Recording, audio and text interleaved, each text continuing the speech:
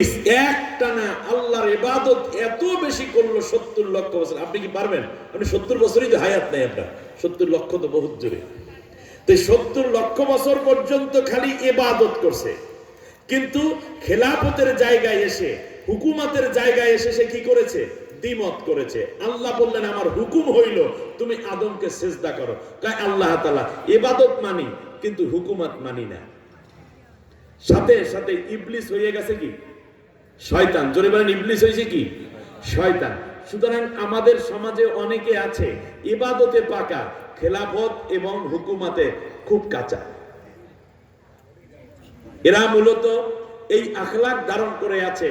তার কারণ শয়তানও আবার দুই প্রকার, মিনাল জিন্নাতি অন কথা কেন মিনাল জিন্নাতি, জিন শয়তান এবং মানুষ শয়তান। যেই জিনেরা আল্লাহর হুকুম মানে না তারা জিন শয়তান, আর যেই মানুষেরা আল্লাহর হুকুম মানে না তারা হইছে মানুষ শয়তান।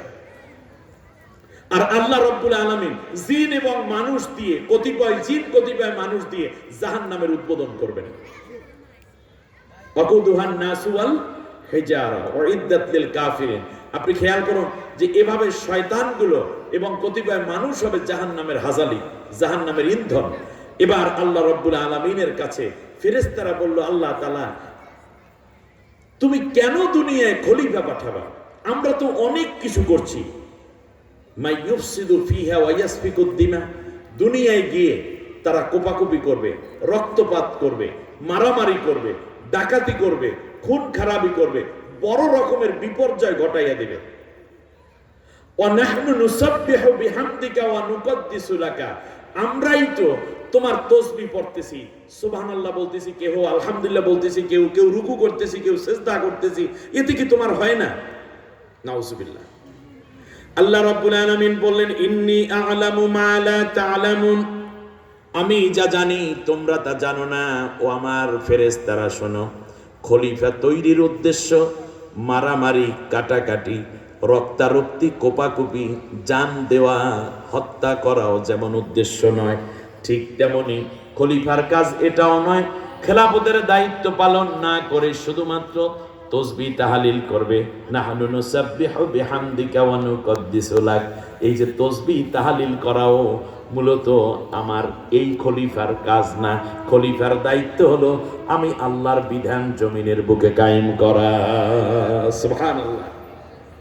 এখন খেয়াল করুন শয়তান কিভাবে আমাদেরকে পেয়ে গেল। আমাদের সমাজের মধ্যে মানুষ দুই ভাবে কাজ করছে। কেউ আছে সন্ত্রাসী করছে,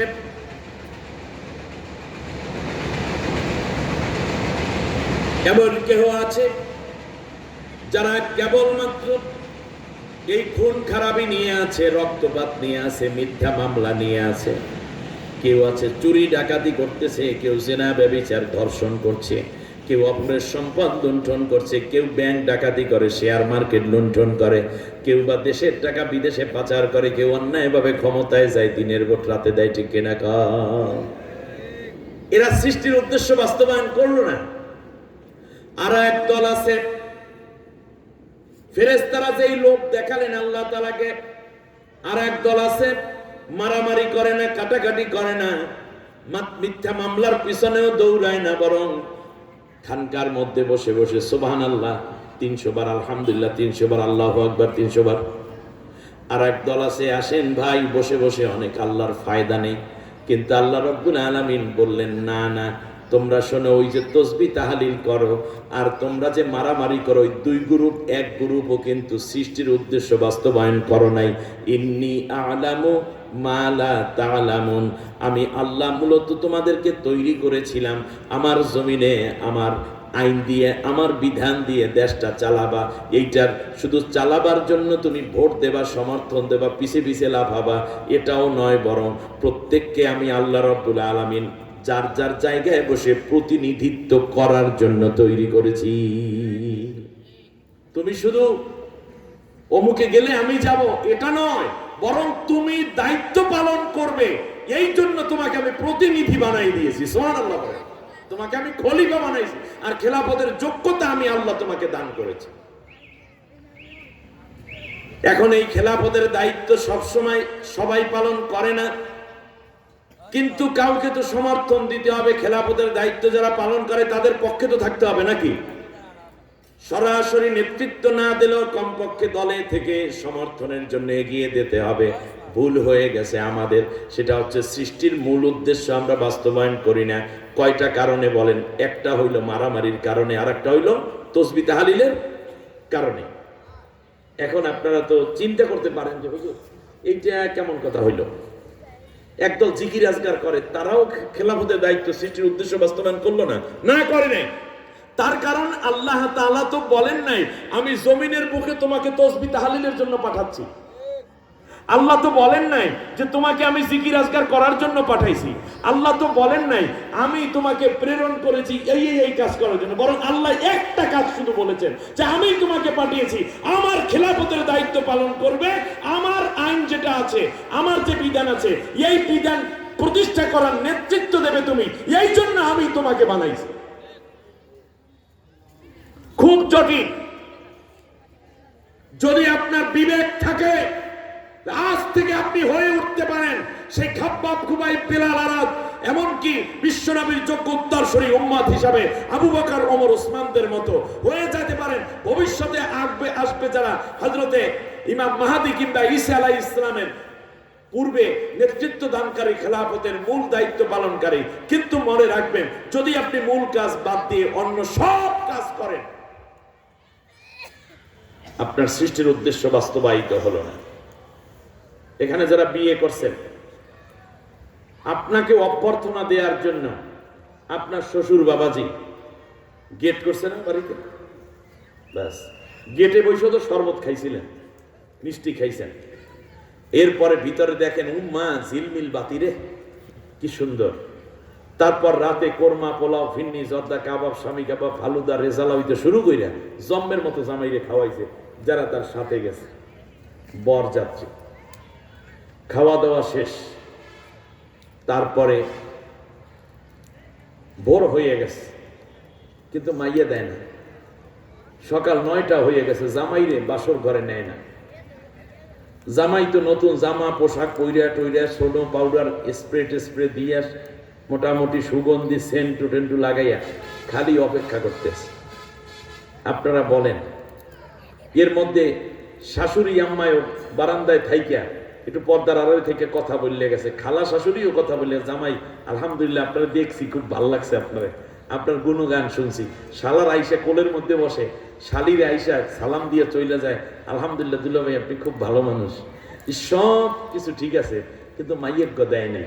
10টার সময় আইসা দাদা শ্বশুর বলে যে দুঃখিত এই ছেলের কাছে আমার মেয়ে বিয়ে দিব না, অন্য যা আছে সব ঠিকঠাক করে দিয়ে দিছি, যাও চলে যাও। বলেন দেখি বিয়ে হইল? কিচ্ছু খাওয়ায় নেই, গেটও করে নেই। জামাই একা গেছে সুন্দর কইরা মাইয়াডারে গুজগাছ করে জামাই হাতে তুইলা দিছে। বিয়া সফল না ব্যর্থ? বিয়ে সফল। আর সব কিছু করছে কিন্তু মাইয়াটা দেয় নেই, এটা কি বিয়ে সফল না ব্যর্থ? ব্যর্থ বিয়া। তাহলে আপনি বলেন তো দেখি, তা আল্লাহ তাআলা দুনিয়ায় পাঠাইলেন যেই কাজে সেই কাজ না কইরা আপনার ডেকোরেশন, আপনার দাড়ি কত সুন্দর, আপনার টুপি কত সুন্দর, আপনার জামা কত সুন্দর, আপনি সিস্তিয়া, কাদরিয়া, মোহাম্মদিয়া, মুজাদ্দিদিয়া, নকশবন্দিয়া কোন তরিকার জিকির করেন, আপনি হানাফি, শাফি, মালিকি না হাম্বলি, কিংবা আপনি মাযহাবি নাকি লামাযহাবি, আপনি মাতখালি নাকি আহলে হাদিস, রফুল ইয়াদান করেন নাকি করেন না, আপনি জিকির জোরে করেন না আস্তে করেন, টুপি পাস করলি না গোল, খাড়া না উঁচা, ফারা জামা নাকি গোল জামা, প্যান্ট পরেন না ব্লেজার পরেন, এইগুলো কি আল্লাহর দেখার সময় আছে? আল্লাহ রাব্বুল আলামিন বলছেন আমি খলিফা বানাইছি, তুই খেলাফতের কাজ কর, এরপর তুই যেইরকম মোল্লায় সেইরকম করে নবী যেভাবে বলছে অন্য কাজগুলো সাজাই আনিস। কিন্তু মূল কাজ বাদ দিয়া খালি একটা ডেকোরেশনের উপরে আমরা চলতে আছি, আসল কাজের চারিপাশেও নেই।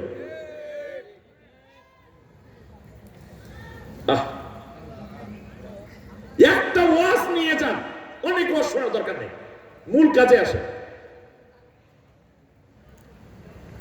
এবারে খেয়াল করুন, আমি একটু উদাহরণ অনেক সময় দেই। এক বাপের 2 ছেলে। কয় ছেলে? একজনের নাম খলিল আর একজনের নাম জলিল। নামগুলো মনে রেখেন। বড় ছেলের নাম কি? খলিল। ছোট ছেলের নাম জলিল। ছোটরা ওয়াজ খুব ভালো শোনে। জি, এখন সকালবেলা ফজরের পর বাবা খলিলকে 1000 টাকার একটা নোট দিয়েছে, জলিলকে ডাইকেও 1000 টাকার একটা নোট দিয়েছে। খলিলকে ডাক দিয়ে বললেন যে বাবা, তুই আমার বড় ছেলে, একটু বাজারে যা, যাইয়া আমার জন্য একটা কদু কিনবি। এই সিজনে একেবারে জালি কদু পাওয়া যায় না বাজারে, একটা কদু কিনবি। কদু চিনেন নাকি? লাউ কদু যা বলে। আর একটা ইলিশ মাছ নিয়ে আসিস, যদি টাকা থাকে তাহলে কয়টা চিংড়ি মাছও আনিস। ব্যাস, এই দায়িত্ব দিয়েছে কারে? খলিল রে, বড় ছেলে। টাকাও দিয়ে দিছে। জলিলকে বলল, শোনো বাবা, তুমিও নাও 1000 টাকা, আমার জন্য একটা লুঙ্গি আর একটা গামছা নিয়ে আসবে। কিন্তু দুইজন বাজার থেকে আসর নামাজের মধ্যে ফিরে আসবা। বাজারে বেশি সময় থাকতে হয় না, যে দূরে বাজার যাও। খলিলকে বইলা দেশে সম্ভব হইলে আগে চলে আসো, দুপুরে যেন মাছ দিয়ে দুটো ভাত খাইতে পারি, কদু তরকারি। বাজারে যাইয়া খলিল মিয়া কি করলো, সে কদু একটা কিনছে, দাম 100 টাকা। মাছ একটা কিনছে 800 টাকা। পকেটে 100 টাকা থাকার কথা। কিন্তু সে যখন মাছ কিনলো, মাছওয়ালা 800 টাকা টাকা দেন। টাকা দেব না তো কেন? আমার দল ক্ষমতায়। তারপর এটা আমার দাদার হাট, বেশ, এখানে মাছ বিক্রি করতে পারো, সেটাই তো বড় কথা, হইতো না। অতএব চান্দা বাবদ আজকের এই ইলিশ মাছ লইয়া গেলাম। বেচারা গরিব মানুষ, শীতের দিন বেশি মাছ পায় না, 2-1টা মাছ পায়, আজকে একটাই পাইছে। কি বলেন আপনি? এটা হবে না, মাছটা দেন অথবা টাকা দেন। শুনলই না। শেষ পর্যন্ত কদুওয়ালায় আইসা কয়, বাবা টাকাটা দেন। চাল নিতে বলছে আপনার চাচি, বাসায় চাল নেই, এই 100 টাকা 2 কেজি চাল পাবো। কোনদিন আসছি, এখন এই মাছ আর কদু দেব না, টাকাও দেব না। এই কথা যারা বলে তারা কি ভালো মানুষ না সন্ত্রাসী? সন্ত্রাসী। এই সন্ত্রাসী স্টাইল করতেছে। হঠাৎ করে মাছওয়ালার মাথা গেছে নষ্ট হয়ে যায়, হায় হায়, এ করছে কি? আমার এত পরিশ্রমের টাকা, আল্লাহ একটু মাছ দিয়েছে, সেইটাই ফ্রি লই যাবে, এইটা হইতে দেবে না, লাগলে তুই 50 টাকা কম দে, তবুও দে। মোটেও দেবে না। তো পাশেই ছিল ডালা, ওই যে মাছ নিয়ে গেছে ডালায় কইরা, ডালা বুঝুন না কি বলেন, ঝুড়ি, এইটা দিয়ে মাথার মধ্যে একটা বাড়ি মারছে। তো ও জোরে একটা ঘুষি মারছে, এই সাথে সাথে জেলের দাঁত গাল ফাইটটা রক্ত বাইরে গেছে। পাশে আসলে চলা লাকড়ি, এতে উড়াই দিয়েছে মায়ের জন্মের মতো। 4-5 জনে মিললে মাসালারা চিন্তা করছে, যেহেতু ওই আসছে এইরকম আমাদের উপরে মোস্তানি করতে, প্রথম দিনই সাইজ করিয়া দেই, যাতে করে পরে কেউ আর মোস্তানি করতে সাহস না পায়। ওই সুযোগে ওরে সমানে পিটাইছে, পিটাইয়ে কান ছুড়াইয়া ফেলাইছে, নাক ভাঙ্গিয়া ফেলাইছে, দাঁত পইরে গেছে, মাথা ফাটাই ফেলাইছে, হাত একটা ভাঙ্গিয়া ফেলাইছে। এই কারণে এই খলিলুর রহমান চলে গেছে হাসপাতালে, যাইয়া বেন্ডিস টেন্ডিস সুন্দর করিয়া কইরিয়া টরিয়া আস্তে আস্তে রাইতে 11টা বাজে গেছে। বেহুশ হইয়া পড়ছিল, তারপরে হুসটুস হইয়া আস্তে আস্তে 11টা। বাবাই কি ওরে মোস্তানি করতে দুনিয়া এই মানে বাজারে পাঠাইছিল? ওরে তো টাকা দিয়া পাঠাইছে, ওর পকেটে টাকা, বাজারে আছে মাছ, শান্ত সুষ্ঠু ভাবে কিনে নিয়ে যাবে। আল্লাহ রাব্বুল আলামিন আমাদেরকে দুনিয়ায় তো মোস্তানি করতে পাঠায় নাই। আল্লাহ তাআলা তো দুর্নীতি করতে দুনিয়া আমাদেরকে পাঠায় নাই, চুরি ডাকাতি খুন খারাপি করতে তো পাঠায় নাই। আল্লাহ তাআলা আমাদের শক্তি দিয়েছেন, জ্ঞান দিয়েছেন, তাকদীর দিয়েছেন, রিজিক দিয়েছেন, আর জীবনের পাথেয় হিসেবে চলার জন্য আল্লাহর কোরআন দিয়েছেন, ফলো করার জন্য নেতা হিসাবে মুহাম্মদ সাল্লাল্লাহু আলাইহি ওয়াসাল্লামকে দিয়েছেন। আমাদের উচিত ছিল আল্লাহর কোরআনের আইন অনুযায়ী চলে, নবীর আদর্শ অনুযায়ী চলে, আল্লাহ তাকদীরে যা হালাল রেখেছেন সেই অনুযায়ী দুনিয়ায় জীবন যাপন করে খেলাফতের দায়িত্ব পালন করা। মারামারি করতে শিখাইল কেন আপনারা?